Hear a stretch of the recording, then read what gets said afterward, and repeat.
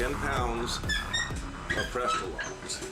We made a new video, and in this video we're going to look at flames. Flames are important. They're just really something that mammals like to stare into and relax by. We put 10 pounds of Presto logs in a wood stove. That's not recommended by wood stove manufacturers. As a fire investigator, I would go to people's houses and they wondered why the stove got way too hot. I would look at the gasket, and often a stove didn't have a gasket. If a stove doesn't have a gasket, more air than is planned will go through the stove, making the fire way hotter than one expects. This stove has a gasket. It also has a combustion air control system. This system is being tested today to see if you put too much fuel in a wood stove, will the wood stove overheat? Our first chart today are the three thermocouples that I like to display on this stove.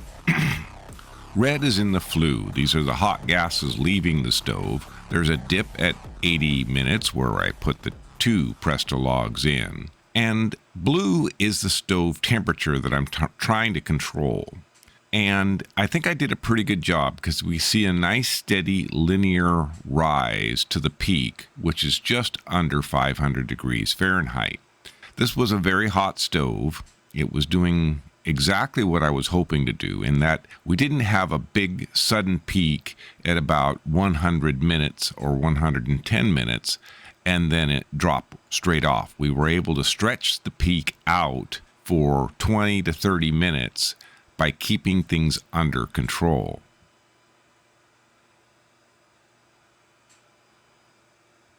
I have superimposed a graph where I would say that a wood stove without controls would be. You would get higher temperatures and less time heating. It is better to stretch the heat out than to have high temperatures and have the stove cool off earlier.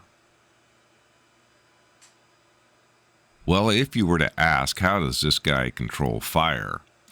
I do it with waveforms of air movement. This is not easy to understand, but this chart shows the electrical voltage going to my fan and the different patterns that I can send to the fan to derive different fire characteristics, such as slowing the fire down, speeding the fire up, elevating the temperature, and generally getting the flames to move in the direction that I want them to.